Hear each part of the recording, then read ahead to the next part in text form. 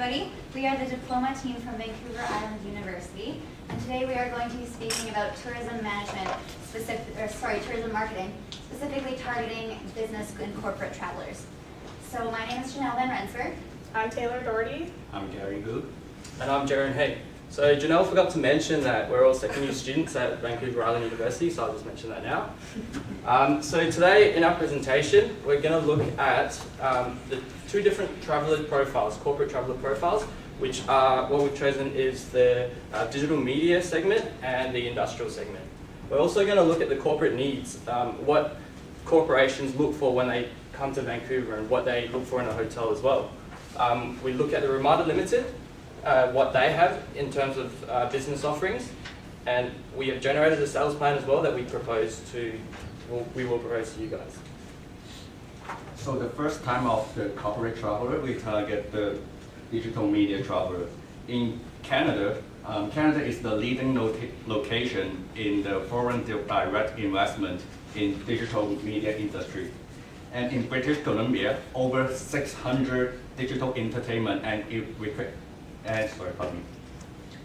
there are over 600 digital entertainment and interactive companies with 16,000 people work in this industry. And they generate 2.3 billion in annual sales. And 60% of this number is happened in Vancouver. Also, the feeder cities for this digital media traveler, it includes Seattle, San Francisco, and Los Angeles, because those are strong industry of digital media. The path to purchase, they can go through the online travel agency websites such as the Corporate Traveler. They provide the service and specific corporate travel plans for those target segment. The next one we have is the corporate profile is the industrial industries such as mining, oil, and gas. What we researched was that Vancouver has base operations for over 800 mining companies in the world. 2 of the largest are in Vancouver. Most mining employment in Vancouver connects to executive offices, which is great for us because it showcases the corporate side of this business. In terms of the oil and gas industry, it's really up and coming right now.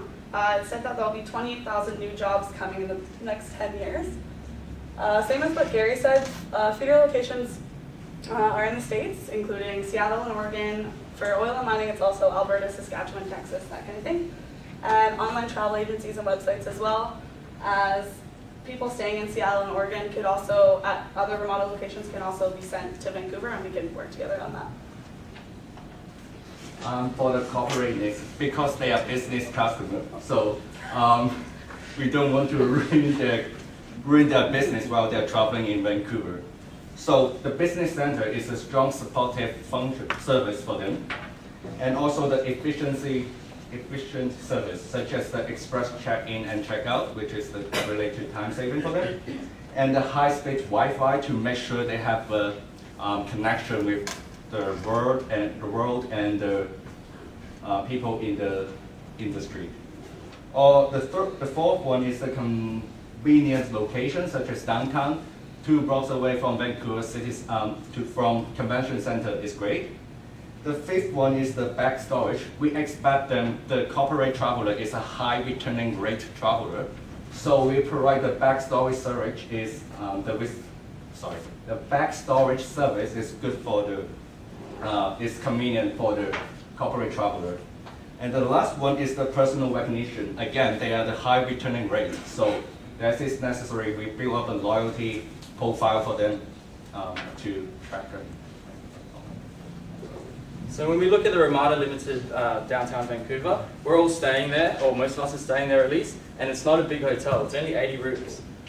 So what they already have that we've seen that was in the previous slide is they have the high-speed Wi-Fi, they have the complimentary breakfast that we've had. They've also got, they're in a central location, so very close to convention centres, very close to public transit if they need to get anywhere. They do have an external laundry and dry cleaning service as well. And because they're part of the Wyndham Group, they've already got their own loyalty rewards program. That means that incentives on traveling to other Wyndham properties, free nights, gift cards, etc. So we have created a sales plan to increase the business travelers coming to the Ramada. So the first one we're doing is internal changes. So what would we change in the Ramada if we had the opportunity to? The second one is value added. So the reasons why they would stay at that Ramada instead of one of the many other hotels in downtown Vancouver. And the third one is goals and how we are planning to measure these goals and achieve these goals. So starting with the internal changes, we've got tangible items and intangible. And so one of the tangible items is modernized workstations. So having things like multi-device power stations and things of that nature so that they can complete their jobs in their room. Adequate lighting is another thing that we would add because when you live in a place, although it's beautiful, if it's as dreary as Vancouver on the days that it is, such as today, you do need adequate lighting in your room to be able to see what you're doing and make sure that you just have the right light to be able to work at your desk. And the third one is an updated business center. So making sure, it doesn't necessarily mean that we have to replace the computers or buy new computers as most people have laptops nowadays, but just making sure it's an adequate facility for people to work if they need to. So it's comfortable and they've got an HDMI cable and a screen and things of that nature. Some of the intangible things we would want to highlight is community partnerships.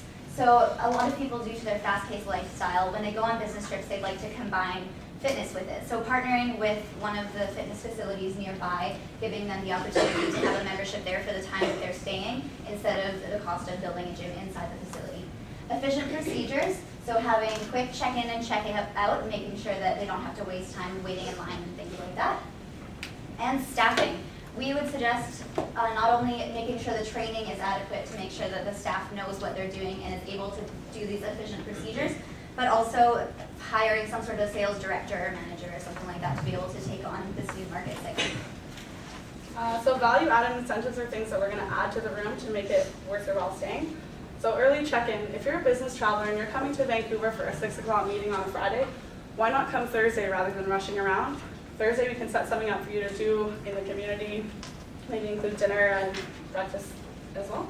Local events. So we researched and found out that 60% of people who travel to Vancouver come by themselves. So I don't know about you, but I don't like to be alone. I want to do something. We noticed that there's some websites that you can go to, not dating, such as like meetup.com.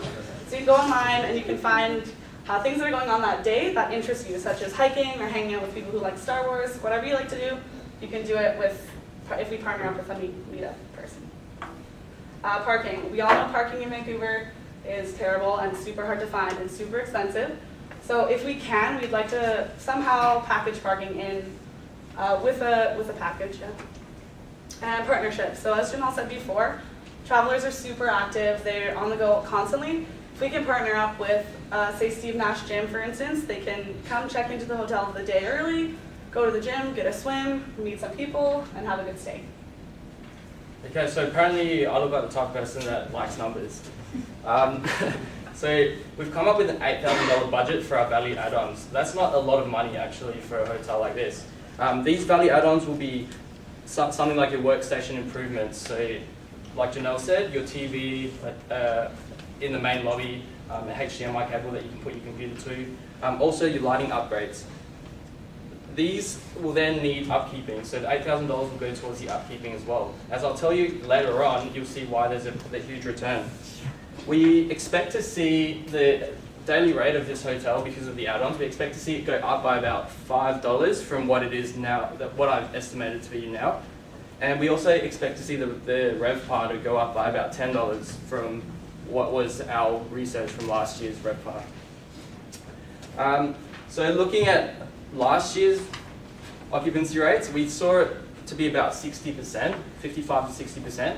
We expect to see it to be 75%, so we're aiming quite high in this. That's because it's a small hotel. Because it's such a small hotel, the occupancy rate won't be as low as, say, the Empress, for example. This is our projected occupancy rate. So now there's a 5% revenue from corporate companies going to the Ramada. We expect to see it to be 20% with a 5% increase as we go on. Okay, the return on investment was a big one. As I did my research, we did all our calculations, we found it to be 59 times. That's a huge return. That doesn't include the salary that we're going to be paying for our new salesperson as well. So with this return, that includes the increase in your RevPAR, the increase in occupancy, and also, like we mentioned, a new person to direct this sales team. All right, in conclusion, so we're not trying to reinvent the wheel. We're not trying to go outside the box and do something major that's going to change the industry. We just want to try to add value to what we already have and not compromise the integrity of the Ramada Limited. We'd like to see even the most interesting man at our hotel by the end of the day. Thank you.